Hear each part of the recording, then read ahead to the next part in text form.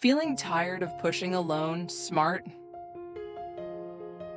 Feeling tired of pushing alone, smart, busy, and still stuck? You plan, grind, control every detail, yet peace slips through your fingers. Deadlines pile up. Anxiety whispers at 3 a.m. Another day starts without direction and ends without meaning. What if the problem isn't effort but order? Before you meet the world, meet God. Give Him the first minutes, the first thoughts, the first thanks, and watch clarity replace chaos, calm replace hurry, and purpose replace pressure. This guide shows you how to start each morning with gratitude, scripture, focused prayer, and bold faith. So you stop surviving and start living led. Ready to reset your day at the source? Comment A if you're in, and I'll send the step-by-step morning plan. Don't rely only on yourself. Human strength and skill are limited. God sees what you can't, knows the right people, the hidden dangers, the dead ends, and the open doors, and He can launch you into your destiny. Start by flipping the order of your day.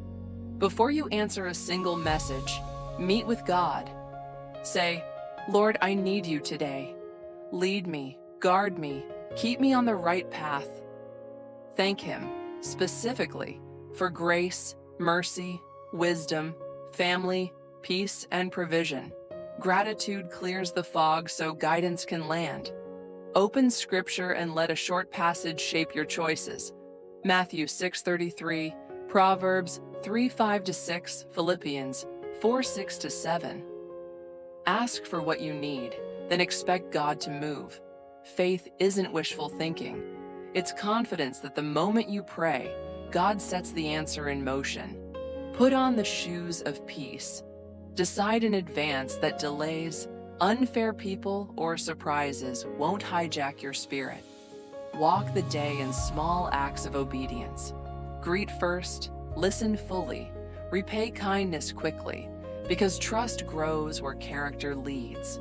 When doubts scream, choose trust over control. You don't have to figure out how God will do it.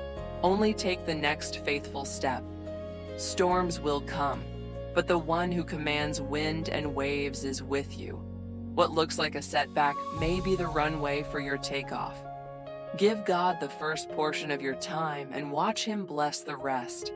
Time sown to Him is never lost. It returns as clarity, courage, and favor. Live not just to make a living, but to make a difference. Let your work, words, and relationships point to the source. Begin today. Meet God first. Walk by faith, keep your peace, and expect doors no man can shut to swing wide. Meet God first each morning, then build your day around that meeting. Before screens, headlines, or to-do lists, breathe and pray, Lord, order my steps. Let gratitude be your first language. Thank Him for breath in your lungs, peace for your mind, strength for your hands.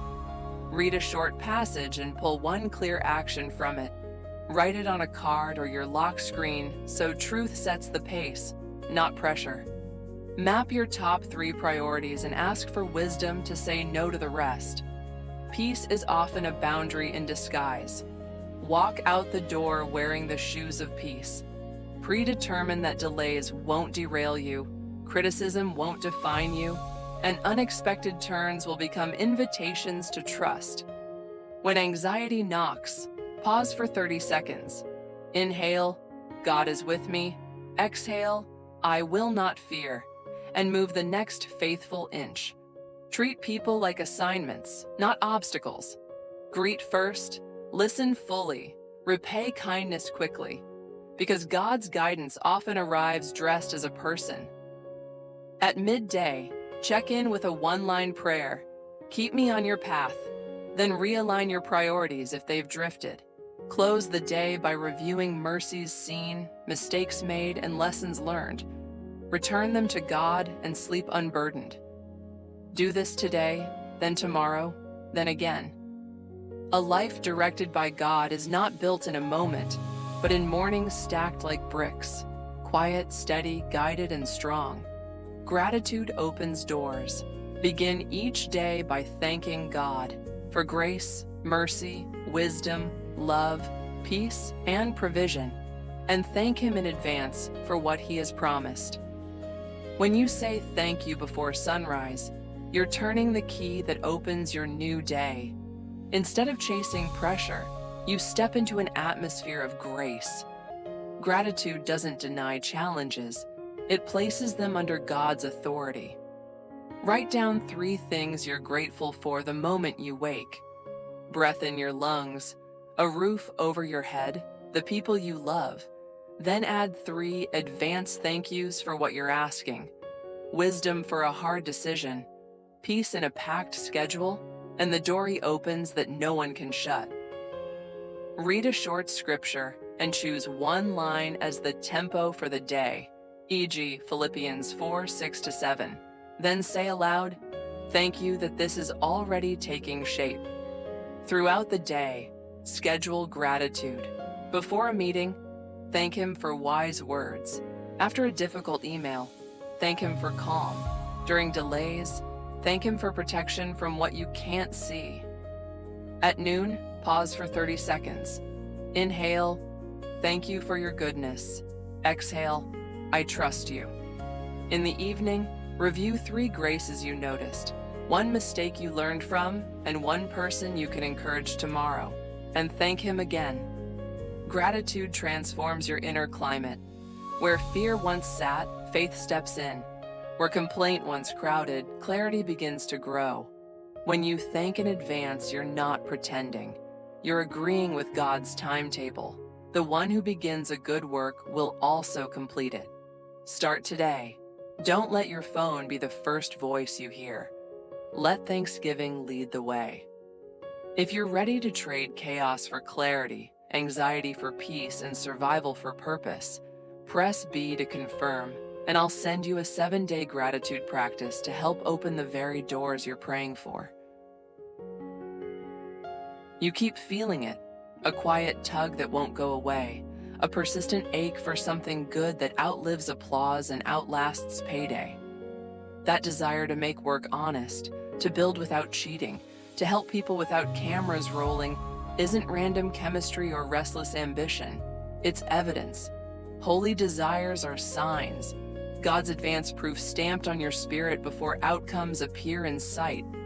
They arrive like a compass in fog, not a full map, but a needle that refuses to point anywhere else. When your heart keeps circling the same good, serving the overlooked, repairing what's broken, creating value that blesses rather than exploits, you're witnessing a signature of the author who writes purposes before days begin. Such desire doesn't cancel discipline, it dignifies it. It makes late nights meaningful, spreadsheets moral, and excellence an act of love. It protects you from shortcuts that spray glitter on emptiness, and from cynicism that calls integrity naive. It teaches you to measure success not only by revenue, but by the lives steadied, the trust earned, the dignity returned. Holy desire grows best under stewardship. Clear motives, clean hands, hard work, and a willingness to pull others upward while you climb. It invites counsel, embraces iteration, and treats profit as a servant of purpose, not its master. It knows that credibility is slow-grown like rings in a tree, and that influence without character is a storm waiting to happen. When setbacks come, and they will, holy desire holds the line, whispering that delay is not denial, and that unseen roots matter before visible fruit. It reminds you that doors worth walking through often open one hinge at a time, and that the right partners, the right timing, and the right provision rarely arrive early, but never arrive late. In a noisy world that worships spectacle, this kind of desire chooses substance. In a market obsessed with speed, it chooses staying power. And as it matures, it doesn't clutch, it multiplies. Training, mentoring, sharing frameworks and opportunities. Because goodness hoarded rots while goodness given compounds. If the pull endures, pay attention. Some signals are too precise to be accidents. When time is honored and holy desire has set the course, stepping out the door isn't merely starting a day. It's stepping out as an ambassador. Ambassadors don't live on impulse. They carry a kingdom. An ambassador of Christ puts on the mind of Christ, seeing others with kindness, work with righteousness, and oneself with humility. The rhythm of life changes. Schedules aren't arranged by urgency alone, but by the dignity of each task. What reflects faith? What requires courtesy? What demands uncompromised integrity? At work, a business card shows a title. Demeanor reveals a vocation. A tempered voice cools heat. A steady gaze lifts a colleague above a mistake. Timely gratitude restores quiet fairness to those who did right. At the table, truth is spoken with respect. Critique arrives with solutions. Success belongs not to an individual, but to trusting collaboration. In the family, an ambassador doesn't impose. Discipline walks with gentleness. Apology arrives before self-justification. Integrity doesn't bargain. No, just a little. No hairline cracks in promises. A signature carries weight because the heart has been weighed. In conflict, an ambassador chooses peace before impulse, right before easy, building before proving. In praise, glory is directed upward. In criticism, the lesson is kept. Before opportunity, the question is not how profitable, but how right. Every interaction becomes a stage for faith. Every decision a test of courtesy. Every number a measure of integrity. Christ's image appears not in slogans, but in priorities. People before profit, truth before calculation, service before power. And each day, amid the rush, the ambassador hears a deeper beat. Gratitude as foundation, holy desire as compass, time as frame, and faith, courtesy, integrity as three cords weaving life into a fabric strong, warm, and bright. If each day you step out as an ambassador, previous section, then the quiet briefing room where the ambassador receives authority is seeking God daily. We don't wait for alarms to blare, for hearts to race, or for schedules to crack before we run to Him. He is not merely the emergency exit for crisis moments, He is our life. When the first minutes of the day are given to God, the inner tempo changes. Joy no longer depends on rising charts. Stability doesn't wait for calm circumstances, and strength comes not from coffee or adrenaline, but from His presence. In your presence is fullness of joy. Psalm 16:11 is not a slogan on a wall. It is the lived reality of a mind centered, a soul refreshed, a will straightened. Seeking God daily is a kind of spiritual hygiene, sweeping out fear, drying what worry has soaked, opening the windows for the light of truth to pour in. It is also the discipline of freedom, resetting priorities before emails, notifications, or others' expectations set them for you. As the rhythm, prayer, scripture, silence, gratitude repeats, the nervous system stops flinching at every stimulus. The heart argues less with circumstances. The mind quits trying to control the uncontrollable. Stability ceases to be a distant wish and becomes a habit. Speech slows, listening deepens, decisions unhurried, peace worn like shoes all day. Within that orbit, integrity does not grow weary because it is fueled by the right source. Courtesy is not cosmetic because it springs from gratitude. Faith is not arrogant because it learns to bow before the one who leads. Small things, an accurate email, a timely commendation, a boundary that protects the calendar, suddenly carry eternal weight because they are done in Him rather than for self. And when storms visit, plans collapse, or people break their word, the ambassador knows the well-worn path back to the secret place. There, joy is renewed, steadiness repaired, strength replenished. There, the next step, sometimes just one step enough, appears again. Yesterday's section ended in the secret place, quiet, steady, strength renewed. This is where the next move begins. Give God your first portion. If seeking Him daily is the briefing, the first fruits of time are the treaty that orders everything that follows. When the opening minutes belong to God, the rest of the day stops behaving like scattered gravel and starts aligning like tracks under a train. Emails still arrive, meetings still stack, surprises still happen, but their power to yank you off center fades because you already set center. First fruits is not superstition, it's sequencing. It's saying, truth before tasks, presence before pace, calling before calendar time. Given to God is seed, never lost. Seed disappears for a moment, only to return multiplied. Clarity where there was fog, courage where there was dread, creativity where there was drought. In practice, first fruits changes the texture of ordinary things. A commute becomes a sanctuary, not a stress test. A deadline becomes a canvas, not a chokehold. A difficult conversation becomes a stage for grace, not a trap for ego. You notice how quickly the unimportant tries to impersonate the urgent, and you stop falling for it. You catch yourself choosing people over posturing, solutions over scoring points, integrity over instant wins. The clock no longer bullies you. It becomes your ally, because you've already tithed the part that sanctifies the whole. And when you inevitably miss a morning, first fruits teaches you to return without drama, to pick up the thread midday, to reset rather than spiral.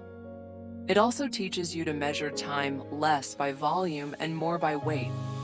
5 consecrated minutes can carry a day more than 50 scattered ones.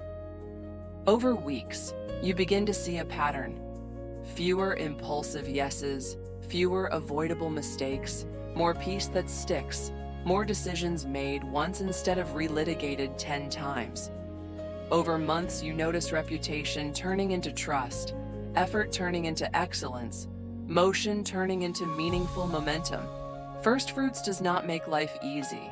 It makes life ordered, and order creates room for joy to stay, for strength to last, for stability to hold when wind hits the house. If you're ready to live that order, press C to commit. The rhythm you set with first fruits naturally flows into the way you pray, expectantly. When the opening minutes already belong to God, prayer stops sounding like panic and starts sounding like partnership. Expectancy isn't hype, it's alignment, asking according to His will and trusting that the moment you ask, God sets the miracle in motion. You may not see it yet, but heaven's logistics have already shifted. Scripture calls this speaking the language of faith, the tone David used when he faced Goliath.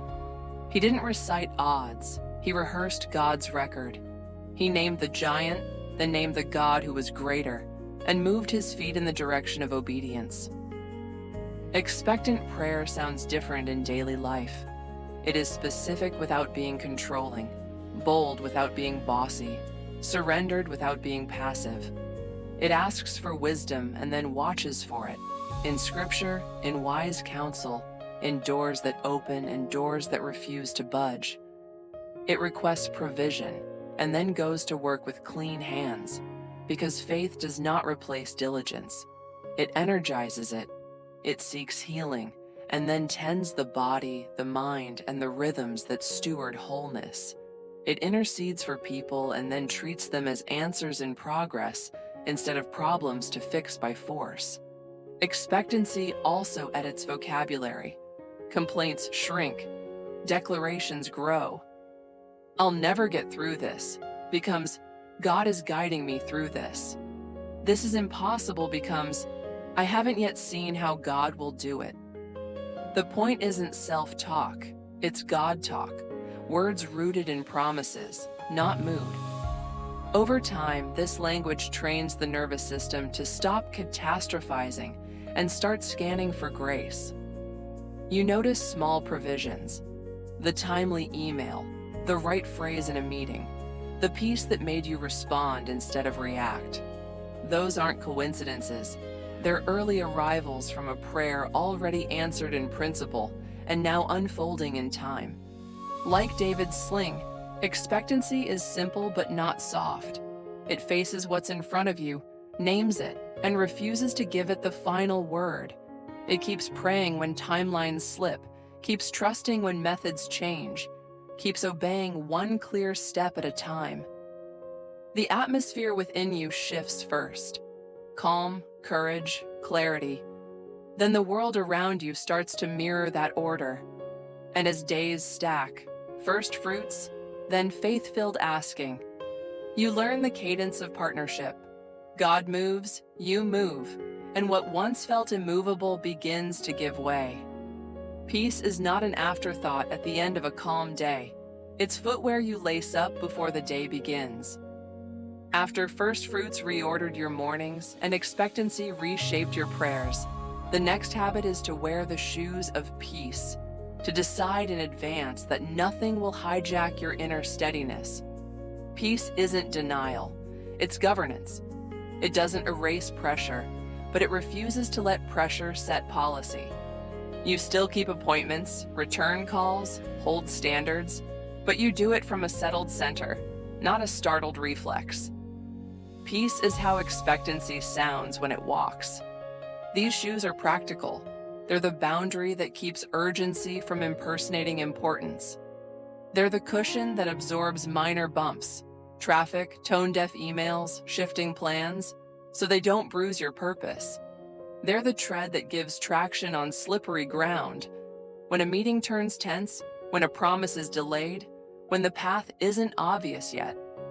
Wearing peace means you pre-decide your posture. Slow voice, soft face, clear spine. It is strength under control, not emotion under arrest. Peace also edits your timeline. Because you trust that all things work together for good, you stop sprinting after every loose end and start stewarding the ones God actually assigned. You answer what's yours to answer and leave room for God's part to be God-sized. This trust does not make you passive. It makes you precise. You prepare thoroughly and still hold outcomes with open hands. You confront issues without carrying them home.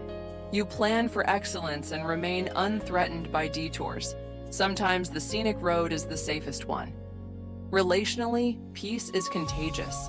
It de-escalates rooms, lowers shoulders, and turns debates into problem-solving. It keeps you curious when you could be defensive and keeps you generous when you could be scorekeeping. Peace remembers that people are not obstacles to outcomes. Very often, they are the outcome God is forming. Personally, peace gives your nervous system a new default. Not hypervigilance, but holy vigilance.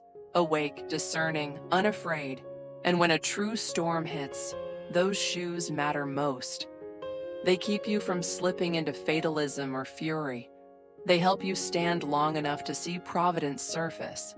The closed door that spared you, the delay that matured you, the no that cleared space for a better yes. Worn daily, peace becomes posture, then presence, then culture. The quiet weight in a life already ordered by first fruits and propelled by expectant prayer. There comes a stretch in every well-ordered life. First fruits honored, prayers expectant, shoes of peace laced, where the map goes blank. Outcomes stall, doors hesitate, answers don't report on schedule. This is where trust shows its true shape. Not a formula that guarantees why on demand, but a willingness to walk without it. Real trust does not shrink from questions. It simply refuses to make questions king. It declines the urge to manipulate timing, to force outcomes, to sandbag fear with shortcuts. Trust keeps pace with God instead of sprinting ahead or lagging behind. It says, I will steward what's clear and surrender what isn't, and then proves it with calendars, emails, and choices that match. Unanswered questions are not empty spaces. They are training grounds. They stretch the soul's capacity to hold tension without leaking peace. They teach the hands to work faithfully while the heart waits quietly. They refine motives. Am I seeking results or the one who authors them? And expose the subtle bargains we try to make. I'll be peaceful if you explain. I'll obey if you confirm. Trust lays down those bargains and picks up better tools. Patience that doesn't calcify into passivity. Prudence that plans well without presuming control. Courage that acts on the next right step, not the next 10. In relationships, trust changes tone. It slows quick fixes that override another person's process. It chooses clarity over pressure, boundaries over blame, truth over theatrics. In work, trust edits the to-do list. What must be done now? What can wait? What belongs to God's side of the ledger? It keeps excellence, but releases urgency that masquerades as virtue. It lets not yet be as holy as now, and sometimes holier. Trust also reframes delays. A pause may be protection, a closed door a detour from damage, a silence the soil where roots thicken. The absence of immediate explanation isn't the absence of care. It's the presence of a wiser sequence. So the life shaped by first fruits, expectancy, and peace learns to stand in the unlit doorway without panicking, hands busy with today's faithfulness, heart steady with tomorrow's hope. And when clarity finally returns, and it will, the person who trusted well discovers something better than answers. Capacity, a larger soul, a quieter strength, an integrity that does not wobble when the wind picks up again. Faith rarely arrives as a floodlight. More often, it's a lamp for the next few feet. After first fruits has set the order, expectancy has tuned the prayers, peace has steadied the posture, and trust has learned to live with unanswered questions. The way forward becomes wonderfully simple. Walk by faith, step by step. If God has planted a desire that refuses to fade, that persistence is often guidance in slow motion. The assignment doesn't demand grand gestures. It asks for the next small obedience.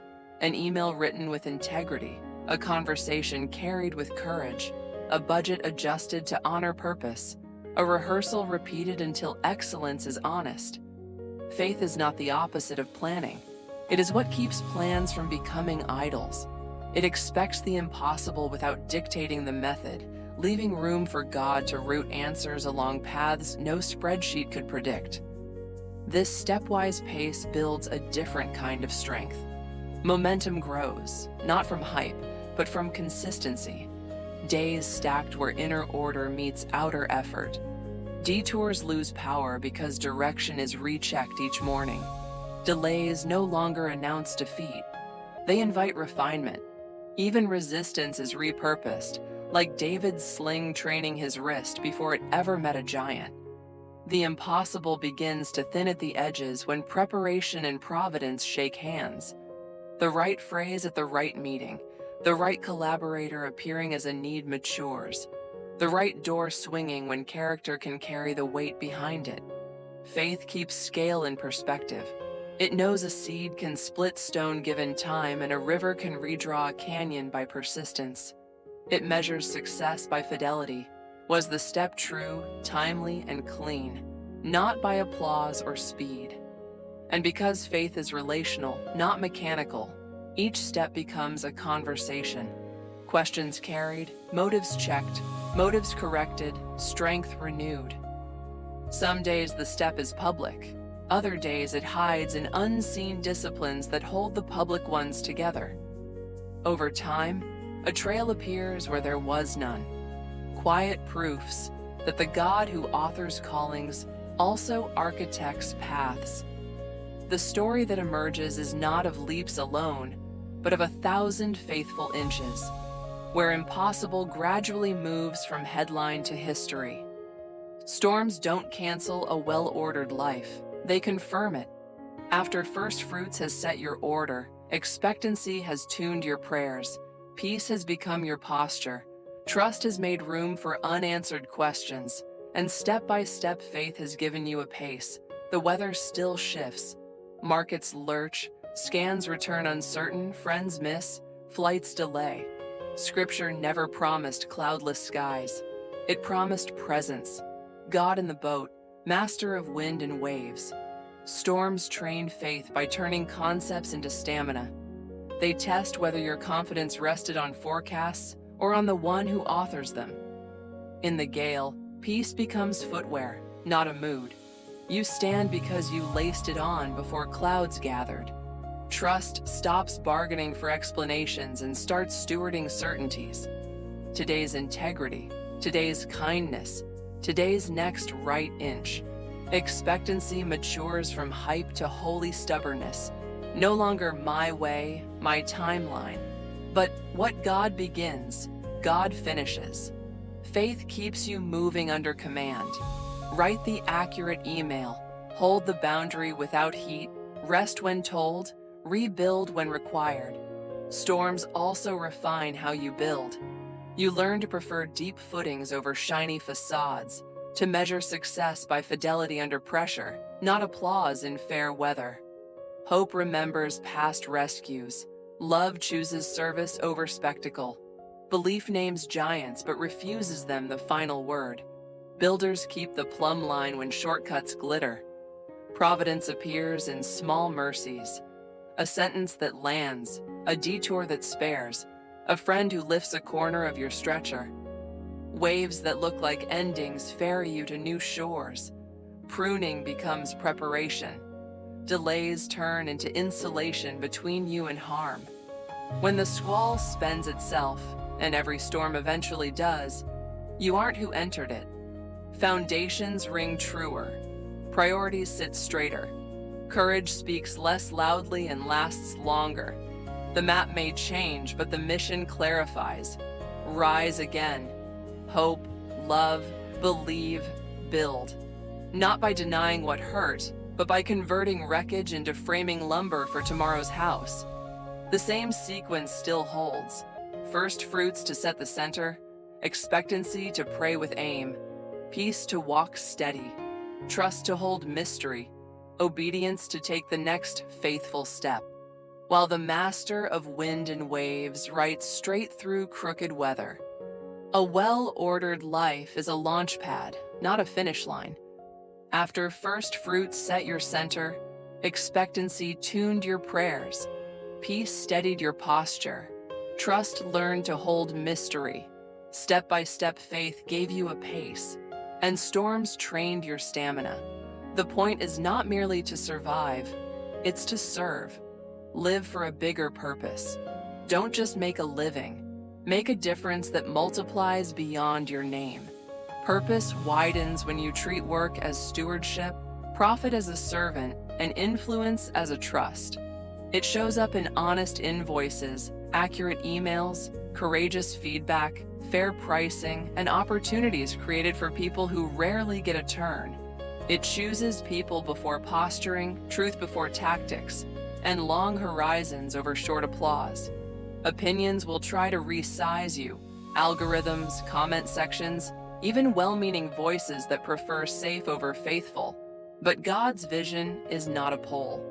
The same God who met you in quiet, who walked you through unlit hallways, who calmed wind and waves, entrusted you with gifts designed to bless rooms you haven't entered yet. So you build with integrity when no one is watching, carry courtesy into difficult conversations, and let excellence become an act of love. You measure success by the good left standing in others, not by the volume of your spotlight. You keep your ear close to Scripture so your calendar serves calling, not the other way around. You remember that miracles often ride ordinary obedience. A door you kept knocking, a teammate you kept lifting, a standard you kept refusing to lower. And when resistance rises, you don't shrink to fit someone else's ceiling. You stretch to match God's blueprint, one faithful inch at a time. Purpose doesn't make life easier. It makes life coherent. Mornings begin with first fruits. Decisions flow from peace. Delays are held by trust. Next steps are taken in faith, and storms graduate you, not break you. If this is the life you intend to live, bigger than ego, brighter than fear, truer than trends, like to commit. In the end, a coherent life is built one ordered morning at a time. First fruits before tasks, gratitude before hurry, scripture before noise. Holy desire becomes direction. Time is honored. Work is stewardship. You step out as an ambassador, faithful, courteous, integrous, seeking God daily, praying with expectancy, lacing up the shoes of peace. Trust holds space for unanswered questions. Faith moves a foot at a time.